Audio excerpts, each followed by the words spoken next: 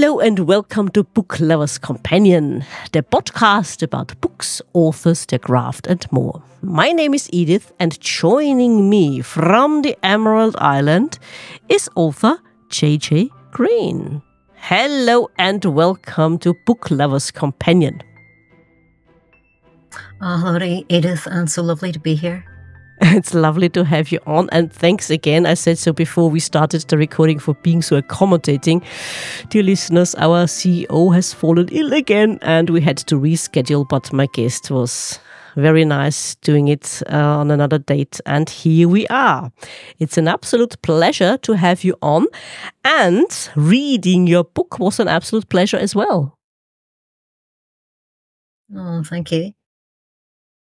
And before I start rambling, because like I said, I enjoyed reading your book, JJ, what can you tell our readers about your book, Someone to Blame, which will be out shortly after our conversation, without, of course, giving too much away?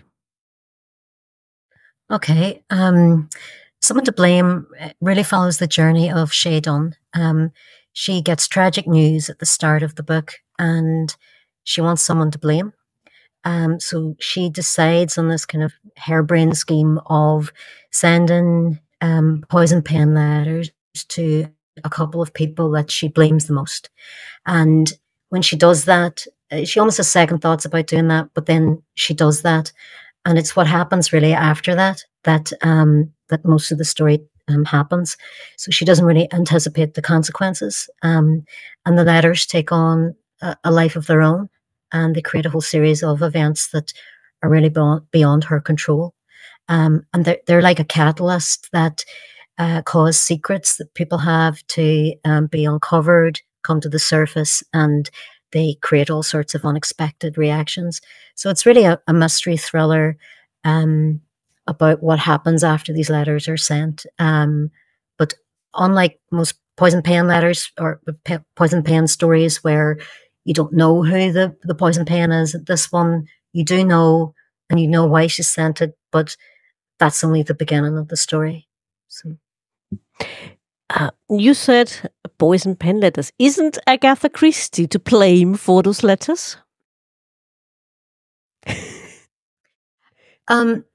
I don't know. She definitely did do a story on that, and I would be an Agatha Christie fan since I've been really young.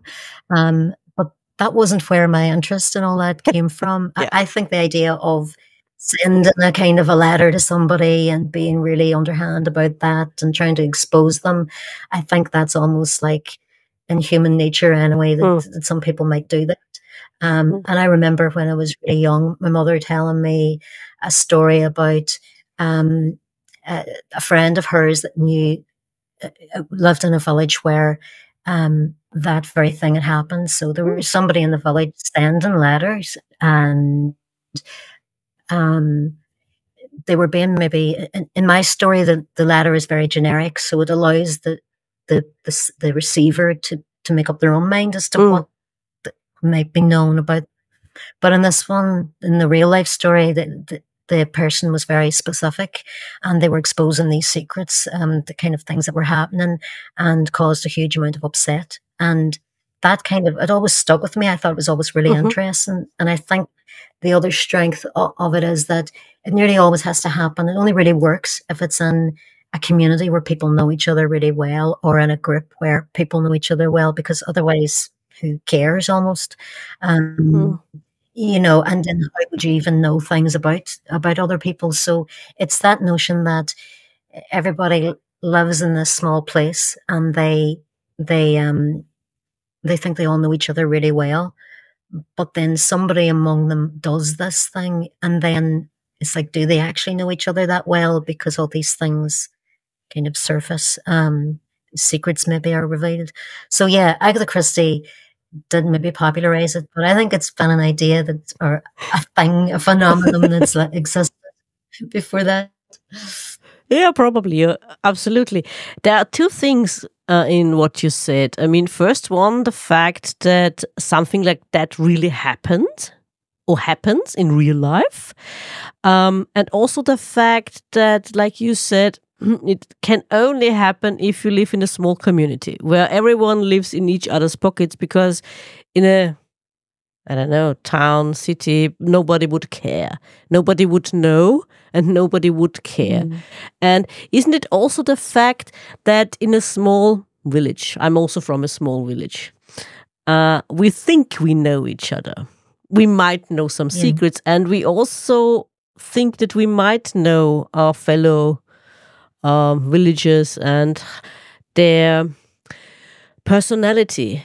And then it turns out, we do not know them as good as we thought. Yeah, and I think that's what I try to bring out in the story as well, that they do know each other, but they only maybe know a certain amount about each other, and that maybe a lot of them have things in their lives that they haven't told other people, or that they have been keeping a lid on for a very long time. And then these letters are kind of almost shining a spotlight on that. Of course, it's the person themselves interpreting what the letter is. So the letter doesn't say you've done A, B, or C. It leaves it wide open. So it's their own imagination that runs wild on that. And I think that that's a lot of fun actually exploring that, because then it's not only what they think they've done, but then who they blame for actually has sent the letter. So there's fun in that as well, that the culprit is watching it all unfold, and because we're seeing the story through her eyes mostly, we're with her watching that unfold, but we know the truth, and then we see how people are reacting and who they blame.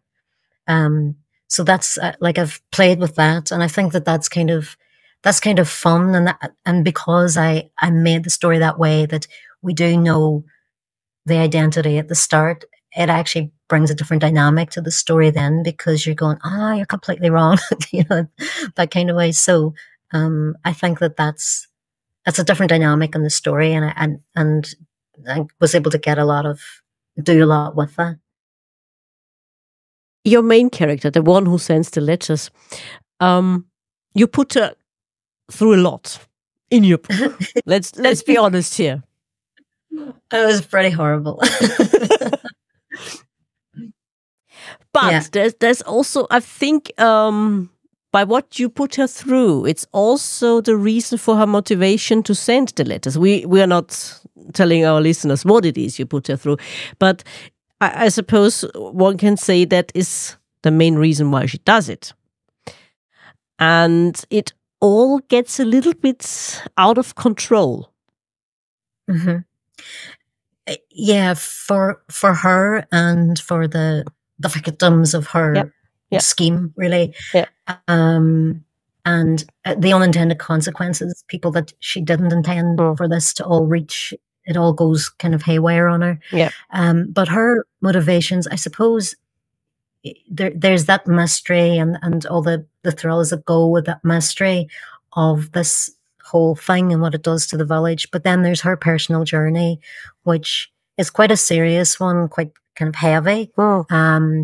She has to deal with a lot of grief and loss, and I think they're such human emotions, and it's part of the human condition. We all suffer those at times, and it's how she feels at the beginning of the story, the journey that she goes on, what she finds out through all of this, and how she feels at the end, and how she reacts to it, and whether she deals with it or not. So I do put her through a lot, but I think that you really have to do that with the protagonist, because if everything goes really well for them and it's all okay, and you don't feel there's any peril, it's kind of not much of a story, really. I think you do have to put them through a lot, but I think I do it in a way that feels realistic and feels like it could happen, and it feels like she's nearly justified in the decision she makes and what she does at the end. I hope that's how it feels. Yeah, it does. It does. I mean, it's not entirely malicious. Sending those, I mean, it's not nice of her to sending those letters, but like you said, you understand why she does it, and what she thought she might accomplish. Not how it turned out in the book, but we get the idea that her intention was not all that bad, if one can say that about poison panel hitters. I'm not sure about that, but in a way, one feels like that when you read the book. And may I ask the idea for this? Yeah, I'm glad about you. Yeah, go on. Sorry, I will ask my question then. Go on. Oh, okay. Sorry, I thought. No. Yeah, I mean, that was what I hoped, because usually in these stories, if there's a poison pen, they're sort of the villain of the piece. So my protagonist is kind of the villain, but I don't want the reader to think this is just a horrible person. You want to go on the journey, understand why she's done this, see that maybe she could have taken action that was more vicious or malicious, and that what she's done isn't really, from her point of view, from what she's suffered, it's not really as bad as what she could have done to somebody. But that you go with it, you go, right, I get why she did that. Maybe I would have done something like that, or it's a bit of payback for her. And then you follow her on that journey, and then you watch her shock and horror as all these other things start to happen that are a fallout from what she started, and how she has to keep that. How can she tell that to anybody? And just watching all that happen. So I think it's trying to make her sympathetic, even though she's done something that you think that's not actually a really nice thing to do, but it's making her a sympathetic character at the same time. Like I said before, you understand why she does it, and you feel with her. Her reason, you get her reason why she does it. And the question I wanted to ask you, since you mentioned it before, that that's something your mother experienced where she lived, was that the idea for the plot of the book, or was it something else? That, I suppose that, like, was my mother had heard the story from someone she knew, and where they lived, and I think it was a story that, or an idea that always stuck with me. And then you find out that actually that's kind of a thing, that there's been stories written about that kind of thing, and then that kind of is intriguing as well. So it's kind of this intriguing thing, and I thought it would be nice to use that as a way to kind of explore somebody's pain or sorrow with their loss. So it was kind of the beginning, the kind of starting point for the story, but then there's so much else that happens beyond that, that those are all different elements that I just incorporated into the overall story then. So it was more a kind of a seed for the whole story. You said it's a mystery thriller. Wouldn't you also agree one could call this book a psychological thriller? Since we learn a lot about the human condition, how people react to such things as those letters. People react differently. In a way, some of them, just shrug it off and say, okay, whatever. And some really go overboard in their reaction. Yeah, I do think it has that psychology in it, trying to explore how people react to, so they're all reacting to the same thing. And so there's definitely the psychology of each individual within there, and of Shay herself, the protagonist who sends the letters initially. The psychology that she has, that she carries with her, her motivations, her notion that this could be a way to get even in some sort of way, and then the journey that she follows through. So yeah, it's equally, it's a psychological thriller, but it's also got that mystery in it, because although we're told from the start that this person who has done this, there are all sorts of other things that happen along the way that open up new mysteries, really, or open up new questions, and those are the kind of mysteries that are being answered. So I think, yeah, it would be fair enough to say it's a psychological thriller as well. And also the fact that sometimes the past comes back to haunt us. very much so. That even something that you thought was over and done with and hoped was over and done with, that that it's always there. Maybe it's almost like something you nearly wait for to catch up with you. Yeah. And there's that is definitely the case in for some of these characters. Yep. That happens to them, and that I think that doesn't always happen in real life, right? Sometimes that some people get away with things, but in this one, there's there's some comeuppance, and there's maybe facing up to what you've done, and just admitting what you've done. So there's a bit of that as well, kind of. Do you think that sometimes we as readers do expect the authors to have that comeuppance on characters? That we wouldn't be satisfied if, justice isn't done and so on? Because from my perspective, I mean, don't get me wrong, I do love the occasional Donna Leon book, but it's often the case in her books that people, like you said, those higher up in the food chain, they get away with it. And it sometimes leaves you unsatisfied as a reader. I mean, you understand why, and it often happens, like you said, in real life. But somehow in fiction, we feel as if, oh, come on. At least in fiction, we want our justice. I think you're totally right. And I mean, is there anything more? It's very frustrating when you read or you watch a film and then somebody just walks away and you think that it's kind of not completely done. Now, I think for me, because I don't particularly like completely happy endings where everything's tied up neatly in a bow. But I don't like the completely desolate ending either. I think that just does leave people a bit cheated. They feel a bit cheated. I feel cheated if that happens. And, sometimes like the 1970s film ending, it's just this very bleak ending where you think there's no justice here. And I think we do have a sense of wanting that kind of closure. And it doesn't mean that doesn't mean it has to be a happy ending, but it means there has to be some kind of closure. So I think that I have managed to do that.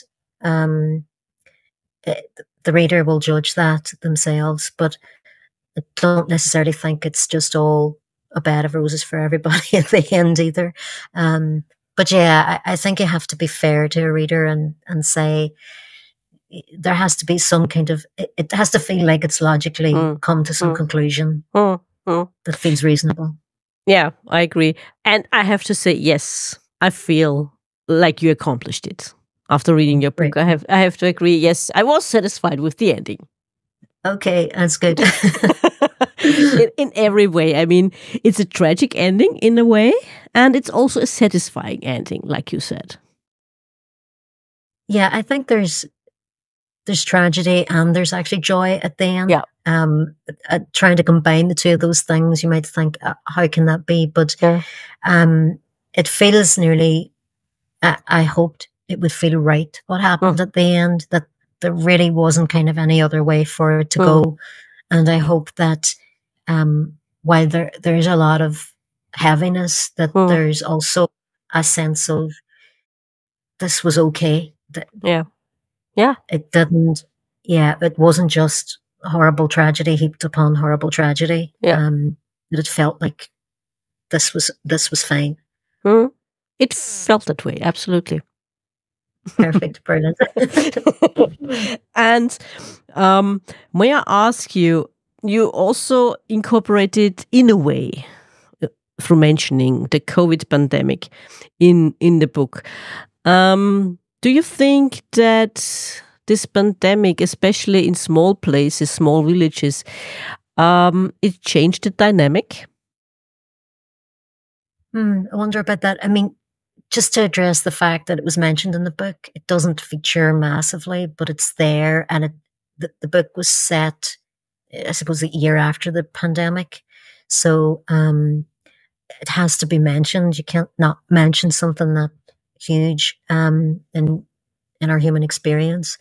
So it's mentioned, and people are still kind of wearing masks, and there's tension over that. The mask wearers, the non-mask wearers, um, and using sanitation, sanitizers, and all that kind of thing. Um, so I did incorporate that, but I think in in smaller communities, definitely, and maybe even bigger communities where in a city where people don't normally speak to each other, I think COVID in some ways drew people together or pushed them together, and they felt that they needed to maybe work better together or look out for each other more. Maybe it brought out um, a kinder side on us, of us, that we weren't just, in the rat race thinking about it's work, it's this, it. We were sort of pulled out of all that, and then it started to become more about what's human here and what matters, what doesn't matter. But so that's even in a bigger place. But in small villages, I think you could see, because where I live in a city, but by global standards, it's probably a large town. Really, there's a Derry here. There's maybe 120,000 people, and very close. You're very close by. It's rural. It's just in a rural setting. So there's a lot of villages like the one I write about. There's a lot of rural areas, even fewer people than a village. But I could see those kind of communities really coming together more and working together better, even looking out for each other and older neighbours or more vulnerable neighbours, and having that close knit sense. So I think that was accentuated more. It's a pity it sort of died out very quickly when everybody started to get back into the normal again. That was a pity, but yeah, I think it was a good thing. But you could also see tensions coming out as well. And I bring some of those into the book, where people disagreed with how things were handled, and anti-vax people, for example. And there's a person like that in the book, and what kind of how she's impacted by the poison pen letters, and that person, that there were people like that in communities, and there was families nearly split down the middle about what was the right way to do this. So I think, and that's probably happened in places outside of a small village, but I try to bring in some of that without it dominating the story, or being sort of any kind of central focus. But it's almost like just the by the by of how people felt directly after the pandemic. And like you said, there was this feeling of we have come together as a community. And then all of a sudden, more or less, this thing happens with the poison pen letters. And it brings to the surface things that might have been kept under the lid during the pandemic. And it slowly starts to bubble up again. Yeah, and it's almost like everything, and this happened to all of us in a sense. Certain things maybe were put on hold because we're trying to survive, we're trying to get through this. And it was very scary at the beginning because people didn't know exactly what this thing entailed, and how bad it was going to get. And it got pretty bad for people, and you feel so much for the people who were victims of this pandemic, and who suffered and died, and maybe some alone, without their families, without even any care around them, because they didn't even know what was wrong, or they thought, I'll isolate, and then it went really wrong for them. So it was a very scary time, and when you're in that kind of situation, you're in survival mode. You're not even thinking about normal things that would preoccupy your mind. And so it's almost like in the village for the story, they breathe a sigh of relief that this is over. And then this thing starts to happen, and it's like, really? And, it's kind of not very fair. And you can see quickly maybe when some people start to react to the letters, that that close knitness, and that working together and really looking out for each other during the pandemic. It's very quickly shed because it's a different type of survival mode. It's somebody now feeling attacked personally. Yeah, absolutely. And may I ask about this one character in your book, which we could call maybe more a villain than Shay in this book, the supposed Lord of the Manor. How would you describe his character for our readers? He is, just I suppose to put him in context, he is connected to Shay, that she had a relationship with his son, and they have a child together. And he's a very wealthy man. He's the wealthiest man in the village. He owns a very large plant. We're not told exactly what that is, but we know he's very wealthy and he's very controlling, and he's I had to be really careful not to make him a cliche, right? Because you don't want this tyrant and he's all bad. So there are things about him that I hope he's a complex character, that there's maybe you don't exactly think he's good, but there's more going on than just being a bad guy.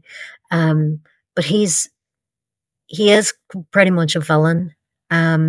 He is ruthless. He just sees that all's fair in love and war, in a sense that if it's about his business, if it's about him maintaining his business, growing his empire, which he sees as him doing that for his family, then he's willing to do whatever it takes. And you get a sense that he has done whatever it takes. We don't ever find out what that is, but you know that he's capable of pretty much anything. And ironically, he's doing this for his family, but he actually hurt his family more than anybody else probably has hurt them. And then it's about how he sees himself as well, aloof from the village. So he lives in this village almost because this is where he's from, but he just sees himself as somebody, one of these self-made men. I don't believe that there's any such thing. I think everybody... you can't survive in a vacuum. I don't believe in that, or these business angels or anything like that. But he believes himself to be one of those people, and so that gives him a great sense of empowerment and strength. And he just feels he's better and above everybody else, and actually looks down on the whole village from his mansion. Literally and speaking, and he has nothing but contempt for Shay because he doesn't want to be connected with her in any way, and that's kind of part of her issue as well. Without going into too much detail about it, but yeah, he you can see his dynamic with his son, Shay's ex kind of boyfriend, if you like, and how he treats him, how he talks to him, and then towards the end, how he changes and maybe starts to see himself in a different light. Yeah, it also took a lot for him to see himself in a different light. And like you said, I mean, it's a story of from rags to riches in a way. And he has accomplished a lot business-wise, absolutely. But on a personal level, a relationship level? Yeah, very, very FA what he's accomplished there. Almost like his family are part of his business. They're part of his empire, rather than human beings that he allows to flourish and loves and respects. And what that does to them, and how, the pain, the underlying pain that's not really, I don't scream it out from the pages, but it's there under the surface, I think, for the family members that are there, that you have, that the story has contact with. Yeah, absolutely. And may I ask, you said at the beginning when you introduced your book that you tried to show what happens from the perspective of your main character. Did you think of also using first person narration at one point? Because I always feel it's more intimate in a way, or did you think that's not would not be fitting for your book? Yeah, that's always a question you have to ask when you go to write something. What person you write it on. I don't know why, but I can't actually get my head around reading something in first person. I always find it sort of really, and I know some people love that, but I always feel that I'm not in the story myself anymore. Hmm. And I know people say it's more immediate. It feels like you're right there with the person, but it almost does the opposite to me. Hmm. Um, but sometimes a story, you can see a story being told in that way, and you go, "This is probably the only way that this story could be told is Mm-hmm. in the first person." Mm-hmm. But I generally like the third person and telling it from that perspective, Mm-hmm. and past tense. Um, but also because it doesn't stay in Shay's um, point of view the whole Yeah. time. So it actually, for quite a large part of the book, it obviously does because it's mostly her story. Yeah. But then we do go to the point of view of a lot of different characters, and I suppose I wouldn't have wanted that all to be in the first person, and then I thought mixing the two things up might be a bit sort of, it creates a bit of, disconnect or something. Yeah. So I just thought, for my own selfish reasons, keep it simple and, just say it all in third person. Okay. You said for your selfish reason. Now that would bring me to my next question, of course. How would you describe yourself as a writer? Do you plan meticulously, or are you more of a pantser?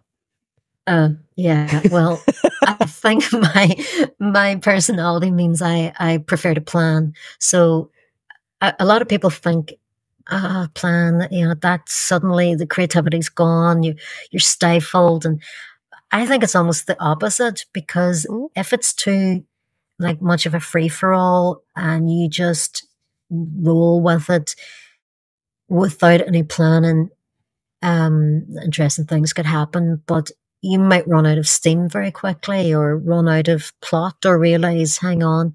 Um, so I think there's a balance that you can't plan down to the nth, because this is a creative process as well. And as you write, you realize that your characters have more of a voice, weirdly, but they start to become real to you, and then you're going, he would never do that, or she would never say that, and so you have to maybe change things based on how what they're telling you, and it's good to pay attention to that. But for me, I do like to have some kind of roadmap to start with. So I stick to that 3-act structure. I actually have a kind of a table now. I picked up some of these tips as well from doing creative writing courses, and I found them really useful.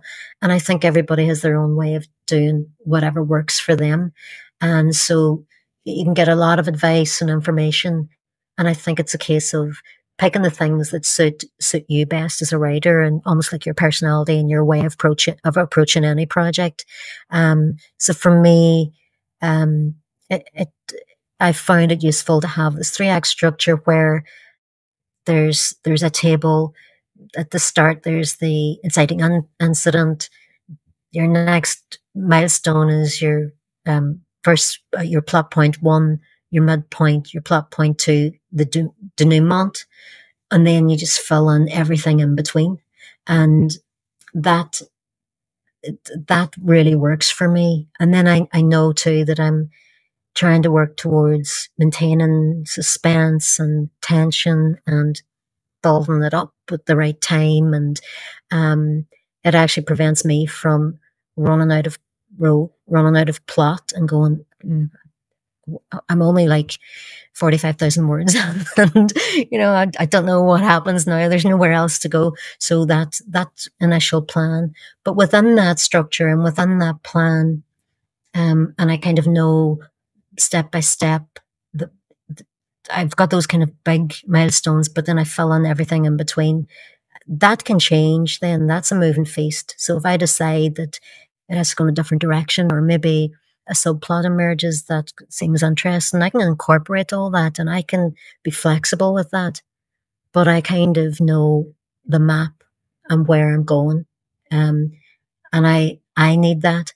Maybe that's not what other people need, but it certainly helps me and keeps me focused. And yeah, it's a very long road to write a minimum of 80,000 words. Right, it's big. So I kind of would feel like I was getting lost in the middle if I didn't have some kind of structure. Yeah, it's interesting what you said, because there once I think crime fiction author said she has this spreadsheet and she writes everything down and she has a very meticulous plan, and all she needs to do then is write the story. Done. And then you have then you have the other authors say, oh yeah, just I have just some outline, and then I just go with the flow, and that's it for me.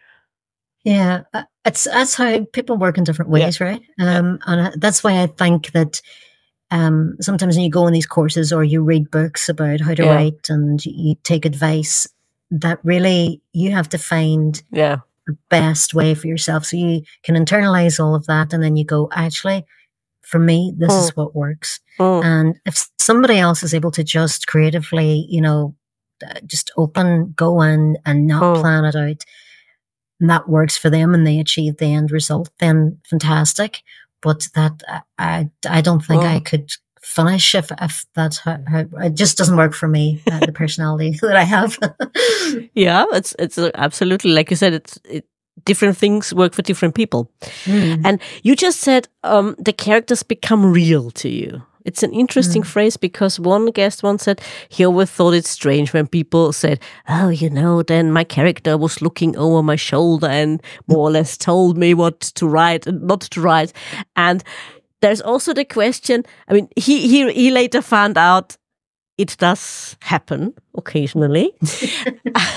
And do you personally also need to, quote unquote, see your characters before you get a feeling for them?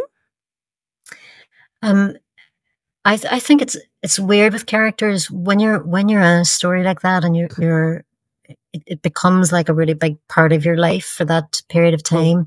And I find that if I'm doing housework or if I'm out for a walk or just kind of sitting there doing not much, I'm thinking about the story and I'm almost thinking, well, what would happen now? And then, I come up with something, or I think about a certain character. But I think it really, the characters for me, they start off quite vague. I do try to do a bit of a character profile, but I'm kind of, it's almost like painting by numbers. I'm saying, their favorite color is blue, and their favorite food is pasta. I find that difficult to really start to feel a human being in there. And it's only when you start to write for a bit that they take on a bit of a personality. I think the easiest bit for me is usually when I think of a character, they might have an element that is like somebody I know. So I might write a real person's name beside them. Not that that character is going to be everything of that person, but it gives me a very strong hook for that character to make them believable. And then as the story develops, I realize that maybe the character is slightly different. And then when I'm going back over it again after the first draft, I'll start to change some of their dialogue based on how I understand them when I got to the end of the first draft. And then the other thing about characters is that when I'm doing the dialogue, I actually I don't know, I just get into this thing where I'm actually being, I'm almost like pretending I'm having the conversation with myself. And so I'm like, over here, John says, and then Mary says, and I'm sort of as if I'm having that conversation.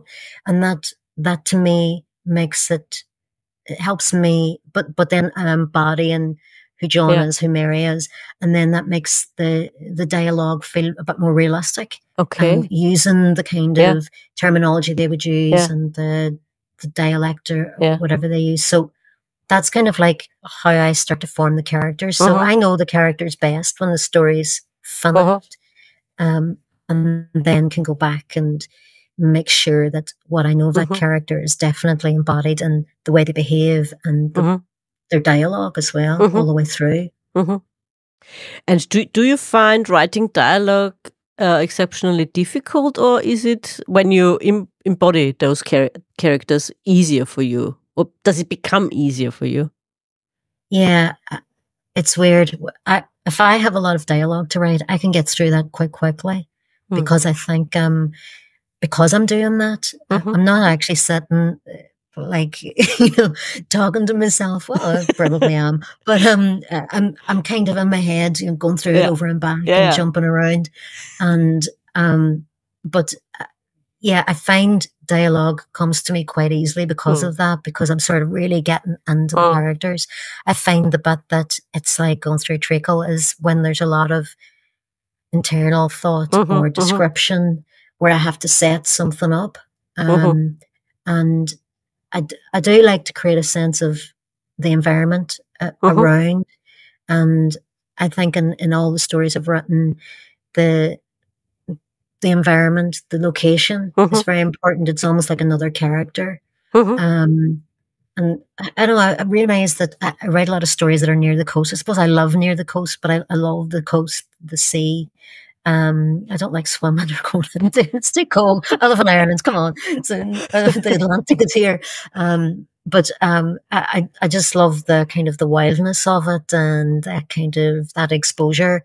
And I do incorporate that into my stories. So I think the location is really important for me. So I do bring that in, but my God, that is slow for me because I have to really think about what's this trying to invoke. I'm not just describing blue sky, sunny, like green fields. I'm actually trying to create an emotion that matches what's happening and using the surroundings.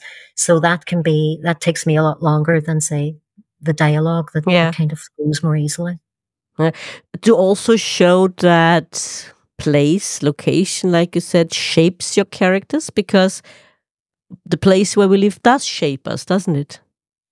Of course, and it's kind of part of you in a way, and maybe it's maybe the same for a lot of other places as well. But in Ireland, the land, the place is really important to people.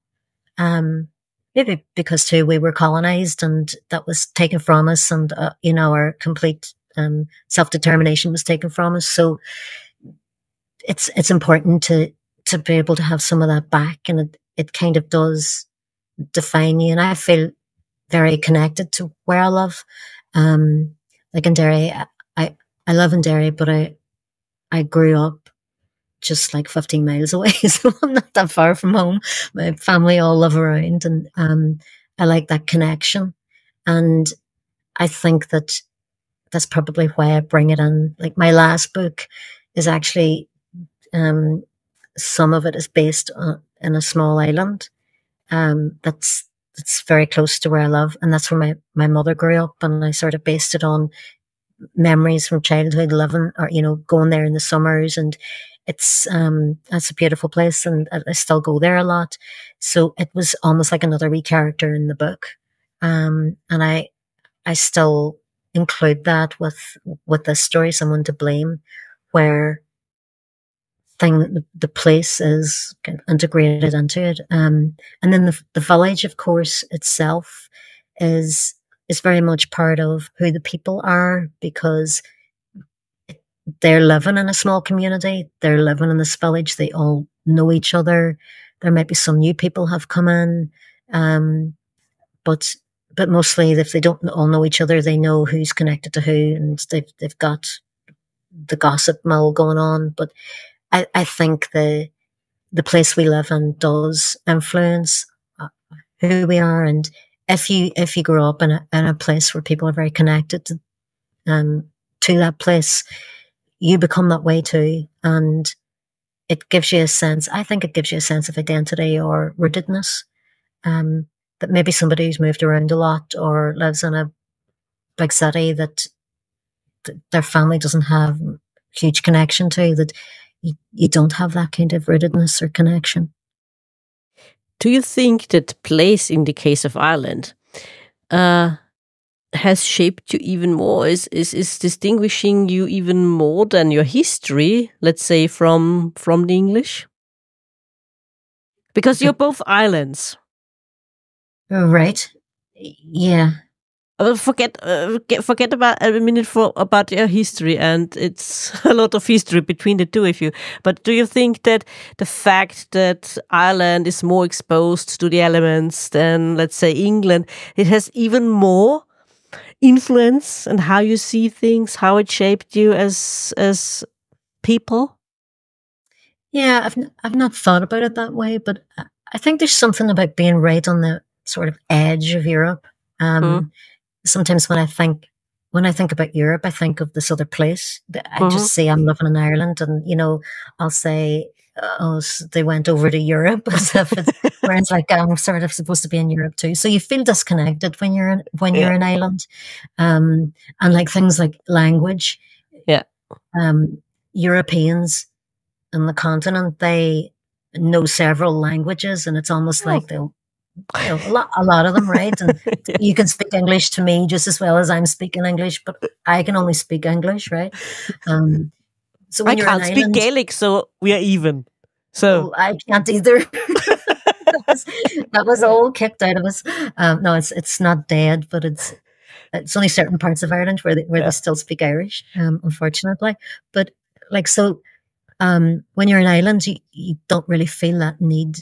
Your nearest neighbours and other over the water, and so you don't really have to speak their language. But, I think being out on the sort of edge of Europe, it is kind of you're exposed to the complete elements. The next stop is Boston, Canada.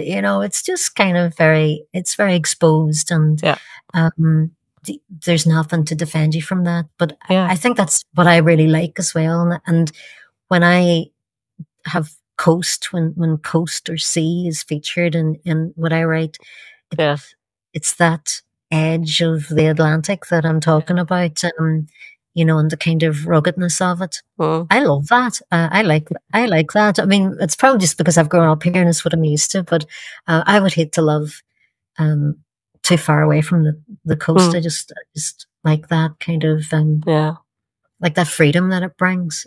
Plus, I mean, because it is colder here, it's not exactly a beach destination. The way people maybe go to Spain for their summer holidays, they don't really come here for like sun holidays.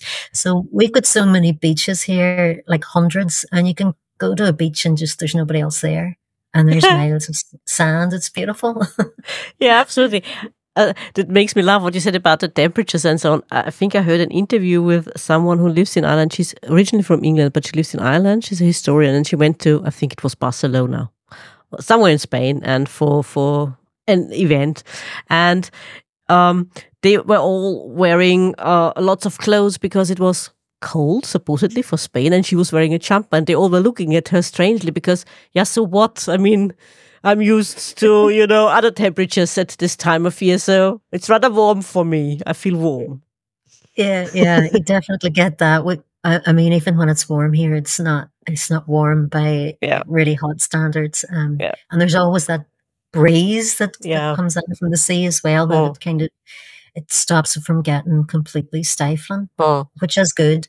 But we still manage to complain. We might only get a week of really hot weather, hot by our standards, and people are going, I can't take any more of this.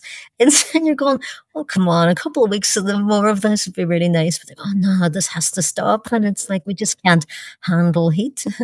It's weird. So it's just as well.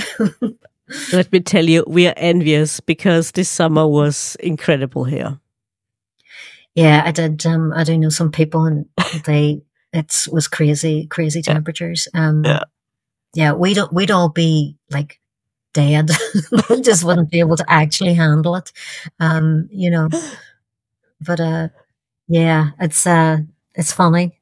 You do actually get used to the rain as well. I've made my peace with the weather here, and I actually kind of think it's okay. Yeah. You know, Yeah, like I said, we are envious. Let not me too tell many you. people said that, but that's good. JJ, may I ask you, what would be your advice for any other author out there?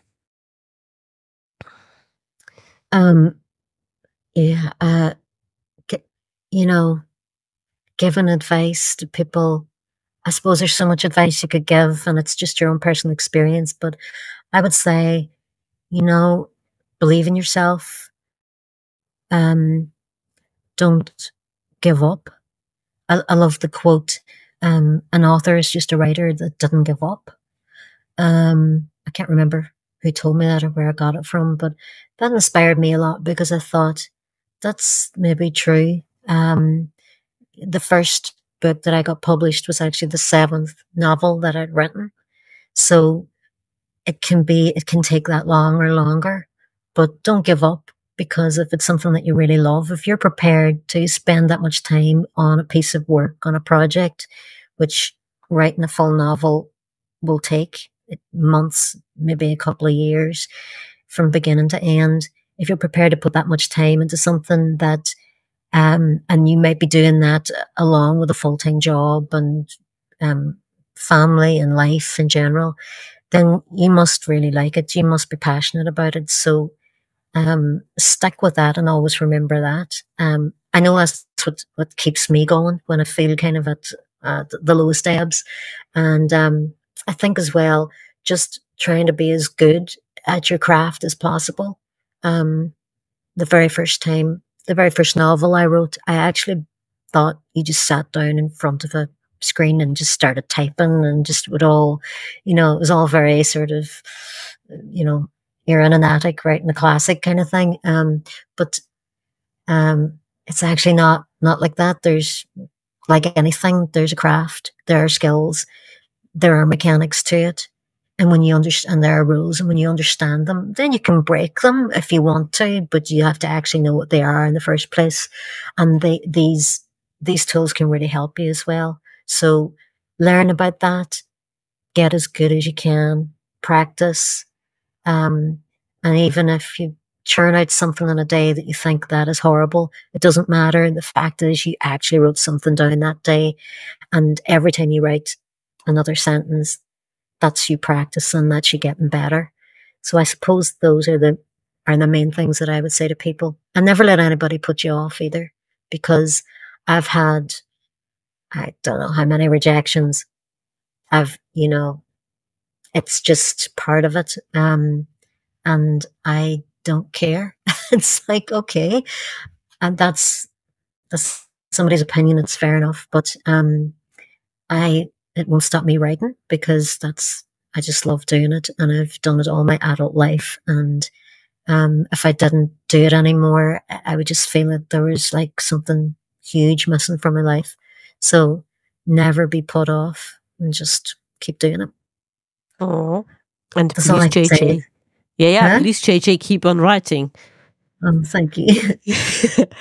Because that brings me to my next question. What can we expect from you next? Because I know when this goes online, it's not out yet. Your book, it will be out on the 28th of October. But, of course, what will be next? Well, I'm brewing up the next one. I'm actually almost finished it, and finished the first draft, and obviously there's a lot of work to go on after that. But the next one that I hope will be out there is set in 2050, and so it will be quite different, but it's set in the same place.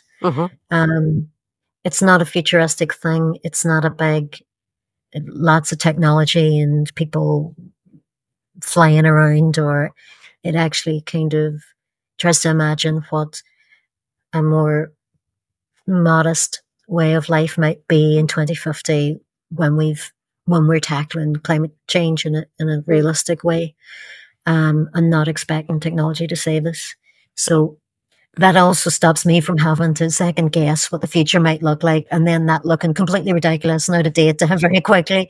So, but I think it's just trying to not for that not to dominate, that it's this mystery again. There's something happens at the very opening scenes that the whole story is about trying to get to the bottom of why that happened. And the reveal at the end, I think is, I think that's going to be pretty good. It's kind of got a very personal outcome, but it's also got a very maybe global outcome as well, you know, implication, without going too far. But I think I'm calling it a why done it. So rather than a who done it. Oh. Or a how catch 'em, you know, how catch 'em, the Columbo, you know who's done it, and then Columbo is like a wee terrier after it doesn't leave them alone. The how catch 'ems, which are great. This is like a why done it. So we see the thing happen, but it's like, why has that happened? And the why is like, hopefully, wow, don't expect that. Oh. That's what I'm hoping. So I'm sort of like close to finishing the first draft of that, and but excited about it because I think it's going to be interesting, and it's definitely taken me out of my comfort zone because it's set in the future. It does sound interesting, absolutely. Oh. And I'll be back on to talk about it. Yes, absolutely. Yes, you have to. Now you have to.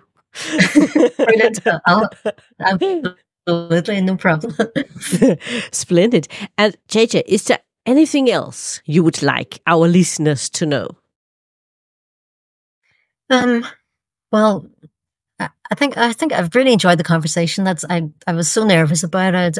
Thinking, oh my God, I don't know what I'm going to say, but I've just really enjoyed it, and I think the questions were great because it allowed me to talk so freely about the story, Someone to Blame, but also my whole writing process and the rationale behind it. Please, dear listeners, do give this book a chance. It's a great read, a psychological mystery thriller. You won't regret it, believe me. It really is exciting. Oh, well, thank you. JJ, it was an absolute pleasure talking to you. Please don't go away. Wait for me in the green room. I'll be with you shortly. No problem. Thank you so much.